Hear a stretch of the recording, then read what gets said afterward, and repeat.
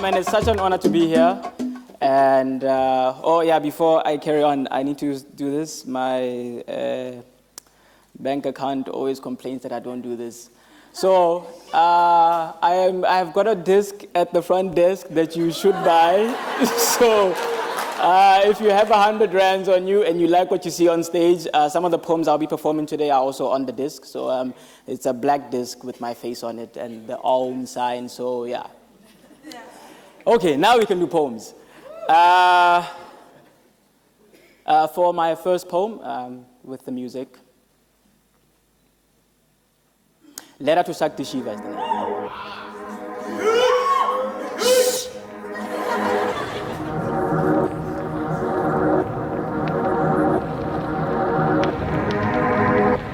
Even a has-been knows. One does not need the weatherman to know which way the wind blows, but her skin glows amber. The world's spin grows faster, exposing her lean toes, curling, yearning. Regenerate heat to melt the red rose petals that froze the base chakra. We shock Ra out of his slumber. Light explodes in my room. Soon the tongue licks. Diaphragm aids air. Carburetor effect pins and needles. I pin her knees close, her skin feels like a colony of ants are doing a rain dance up her spine, like judgment clouded. Water rains out her pores as she lays there open. One should always shut their windows when they pray in Tantra. One should always shut their eyes when they pray in Tantra. One should always shut their windows, but not tonight. Her feet are in the air. Her soul's exposed to the stars of my ceiling, revealing muffled proceedings, energy compressed, yearning for releasing. Pleasure weighs heavy on our eyelids and we finally cave into the pleasing. And our spirit moves counter-clockwise. Counter-clockwise. We counter the clock's wise decisions and move against time. There is precision in instinct, skin links. Eternity fills the space in between our blinks. Man, tight grip smudges my tattoos as her palms slide on my forearms like I swear she's trying to push up some invisible sleeves. Her pelvis heaves and I finally enter, and her breath leaves every time I enter, until she comes to my senses. Sense is sensor.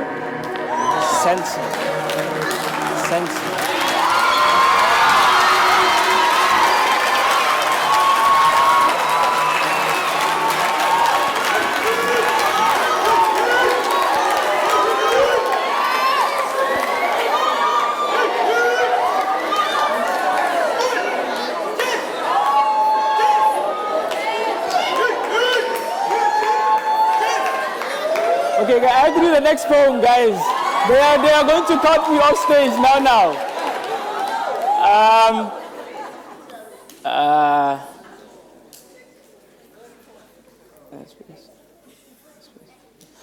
Next poem on emotion. No. Next poem, Illumine the Arty.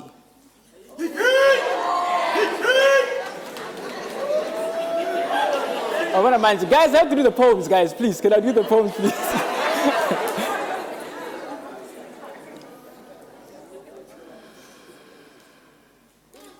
We interrupt your normal programming to bring you these breaking news. We have just found an urgent telegram from the sun and it reads, to those with heavy souls, stop, pack light. End of message. And now back to your normal subliminal programming. They work in shifts. Please keep safe following distance on the information highway, for they work in shifts. Silent stalkers of moving light crouching with celestial nets from the highest of cliffs coiled. Arms ready to catch falling stars to pocket their light and breathe new darkness into the sky. They work in shifts. Earthbound, winged chameleons with sand running through their veins, travelers from the world of unborn spirit children where blueprints of the universe are passed around as flyers.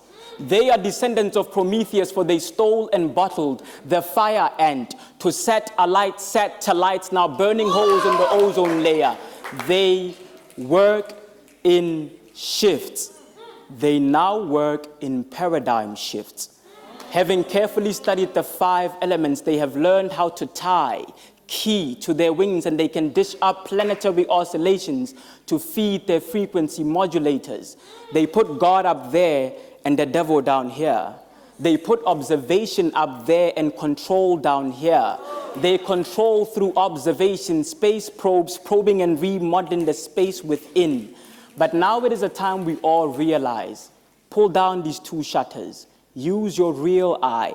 It's not only the mind tuning the television set, it's also the television tuning the mindset. So while these shapeshifters work in shifts, learn to still your shifty mind. Pack light into the soul and illumine the universe with art. Illumine the universe with art. Illumine the arty. Thank you.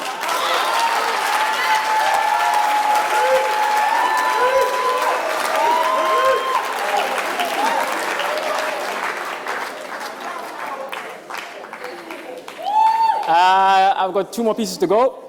And second last piece is on emotions and gardening. It was written when I was doing gardening and I was feeling very emo. And this is what came out.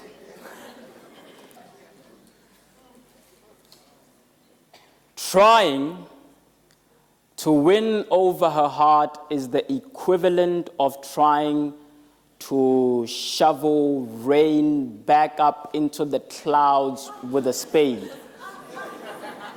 Nail and Thor's hammer in hand, I'm trying to pin down the wind.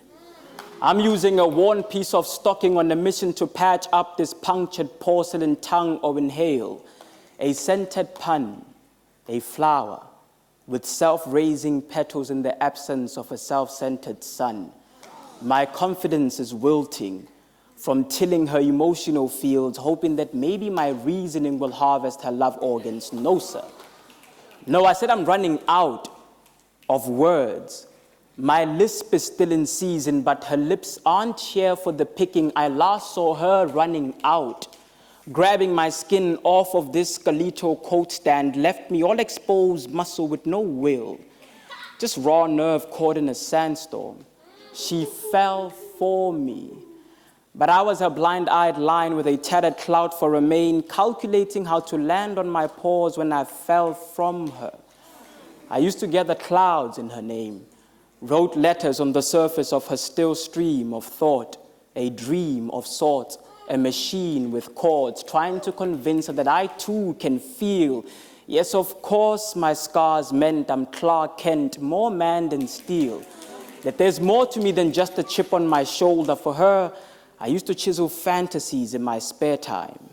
I would sandpaper my ideas smooth, the better for her mind to ingest. I am no marksman or assassin, but I can assemble handheld emotions that explode at her touch. I taught her how to hold my breath. She taught me how to hold her tongue.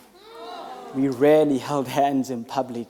Sadly, no matter the scale, one can never measure the love in a heart, the heavy thoughts in a brain, the intuition in a gut, the height of a wave of emotion, or how dim a man feels when the love of his life lights up in the presence of a newfound lover. Man, you feel as though the ground gives way.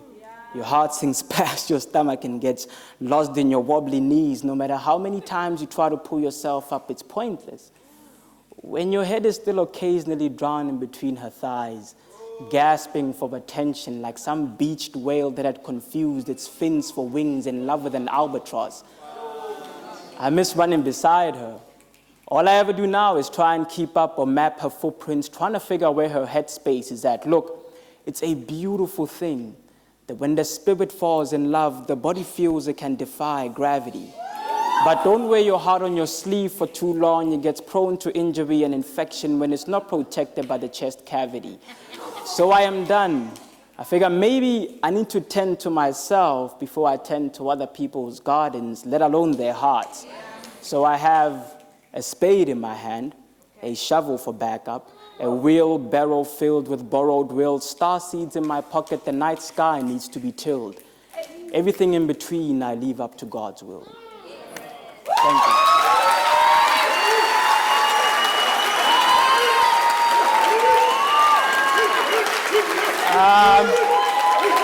All right, so I'm gonna ask this huge favor. So I'm gonna go behind there and do things, and then things are gonna happen here on the screen and everything. So please forgive me for my absence on stage. And then if you could just keep it down so that I don't lose my placing while this thing is happening. If I lose my place, it's gone, and the perfectionist in me is gonna get pissed off that I was 1 second off, So I'm gonna disappear, and then I'll cue, and then we'll do this thing. So just bear with me.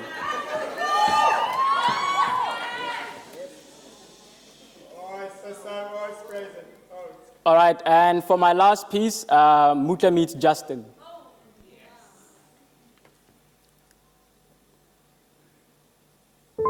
Chalk in hand, deposit writing on earth. Lines are drawn, sketchy future dawns. I'm searching for data, hoping my cereal's coded. I've noted to filter out their noise. Morpheus keeps selling me second-hand dreams with no ending. A fed-up reality keeps calling for this poet to quit.